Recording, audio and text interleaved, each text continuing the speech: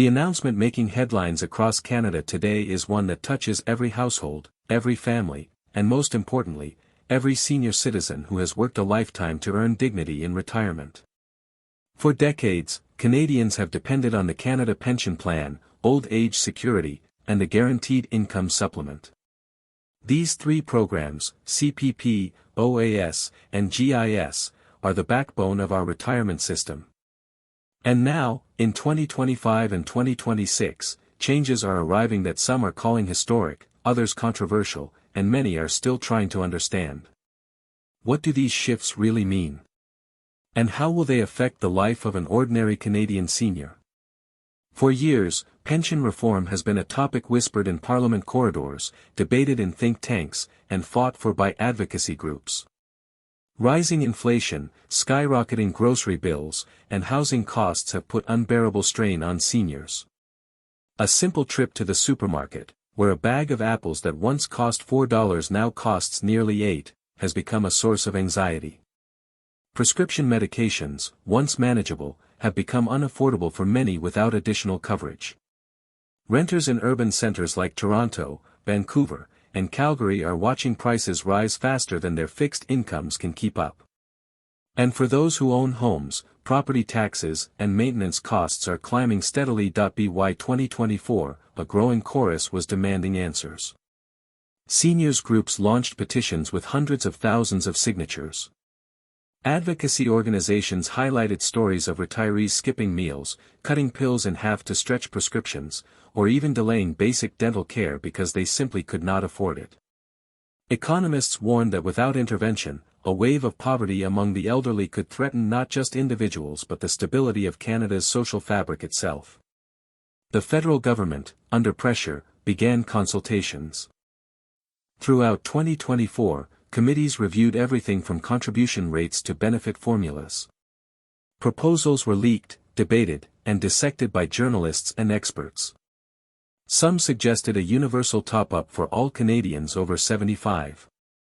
Others demanded an overhaul of the Guaranteed Income Supplement, which many argued had not kept pace with real living costs. Critics pushed back, warning of ballooning federal spending and questioning whether the younger workforce could sustain the growing demands of an aging population. Then came the turning point. Late 2024 saw a series of draft proposals outlining phased changes for 2025 and 2026. These proposals, though never fully confirmed, indicated that OAS could see a modest bump of between $65 and $85 per month for those over 65, while those over 75 might receive even more. CPP adjustments were also on the table, with projections of an extra $40 to $60 monthly benefit for average retirees beginning in July 2025. And the GIS, often a lifeline for the lowest income seniors, was expected to rise by anywhere between $600 to $900 annually, depending on household income. For a single senior relying heavily on GIS, that could mean an additional $50 to $75 each month, money that could be the difference between choosing a cheaper brand of groceries and finally being able to afford fresh produce regularly. For couples, the increase could provide just enough breathing room to cover winter heating bills without sacrificing meals. These details sparked both relief and skepticism.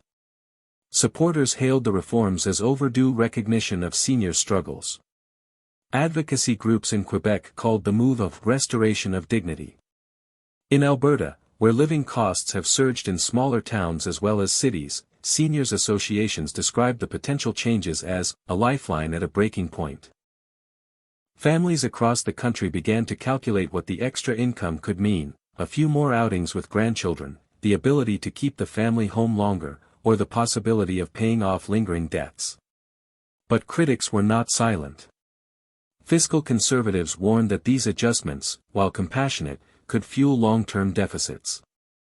Economists pointed out that as Canada's senior population grows, projected to reach nearly 25% of the total population by 2030, the pressure on CPP, OAS, and GIS will only intensify. Today's relief, one policy analyst said, could be tomorrow's burden on working Canadians.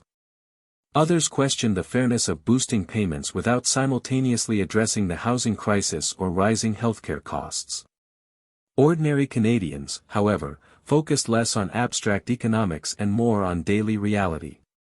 For Margaret, a retired nurse in Winnipeg living on CPP and OAS, the prospect of an extra $100 each month means finally being able to cover both her medication and a few modest outings with friends.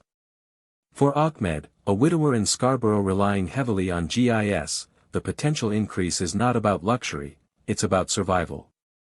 It means he may not have to choose between heating his apartment in February and buying enough groceries for the week. The timeline of these reforms is carefully staged. Preliminary adjustments were rumored for spring 2025, with a more significant round of changes by early 2026. Some seniors could begin seeing slight increases as early as July 2025, with indexing tied more aggressively to inflation in the following year. This staged rollout is meant to soften the fiscal impact while giving seniors tangible relief sooner rather than later. Yet uncertainty remains. Will Parliament deliver on the scale seniors are expecting? Or will budgetary concerns trim these promises down before implementation? The debate also has political undertones.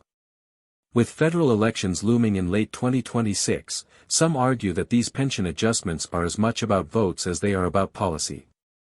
Opposition leaders have accused the government of using seniors as political pawns, while supporters counter that it is the first meaningful action in years to address real suffering. In kitchen tables and retirement homes across the nation, conversations echo this divide. Some express cautious optimism, others remain skeptical, recalling past promises that never fully materialized. As we look toward 2025 and 2026, one thing is clear: every Canadian senior must pay close attention.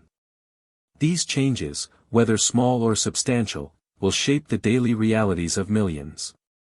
They will decide whether the rising cost of bread, milk, and utilities remains a crushing burden or becomes just manageable.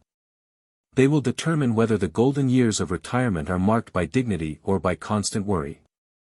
In the end, this is not simply about programs, numbers, or policies. It is about people, our parents, grandparents, neighbors, and friends. It is about the generations who built this country with their work, their taxes, and their sacrifices. And now, as the nation debates how to support them in return, the outcome will reflect not only Canada's fiscal priorities but also its moral compass. The changes unfolding in 2025 and 2026 could be remembered as the moment Canada truly honored its seniors, or as another missed opportunity. The next 12 to 18 months will be decisive. Seniors across the country will be watching their mailboxes, their bank accounts, and their bills, waiting to see if the promises of government translate into real relief. But there is another dimension to these pension reforms that often goes unspoken: the intergenerational impact. Younger Canadians, already struggling with record student debt, rising mortgage rates, and the highest housing costs in the country's history, are asking how long the system can sustain itself. Every adjustment to OAS, CPP, and GIS raises the question: who ultimately shoulders the burden? Experts have noted that in 2025 alone, nearly $80 billion is projected to be spent on these three programs combined. By 2030, that figure could soar past $110 billion. For many Canadians under 40, the fear is that they may be paying more into the system than they will ever receive in return. Yet this tension between generations has also sparked important conversations about fairness, solidarity, and the kind of society Canada aspires to be. Seniors advocates argue that the issue should not be framed as a zero-sum game. A retired miner from Sudbury put it plainly: we spent 40 years paying into CPP and paying taxes. We built this country's roads, schools, and hospitals. Supporting us now isn't charity, it's payback for a lifetime of contribution. At the same time, business groups are warning of ripple effects. If employers face higher payroll deductions to fund CPP expansions, will it discourage hiring?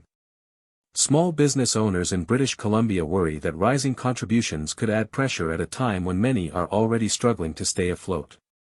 Meanwhile, financial planners emphasize that reforms to public pensions should be paired with incentives for private savings, such as new tax credits for RSP and TFSA contributions, to ensure younger Canadians are not left vulnerable in their own retirements.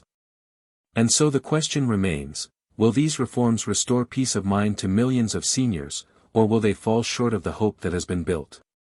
Only time will tell. But one thing is certain, every Canadian senior deserves to know what is coming, to prepare, and to claim the dignity they have earned. Because when we talk about OAS, CPP, and GIS, we are not just talking about policies, we are talking about lives, and about the Canada we want to be.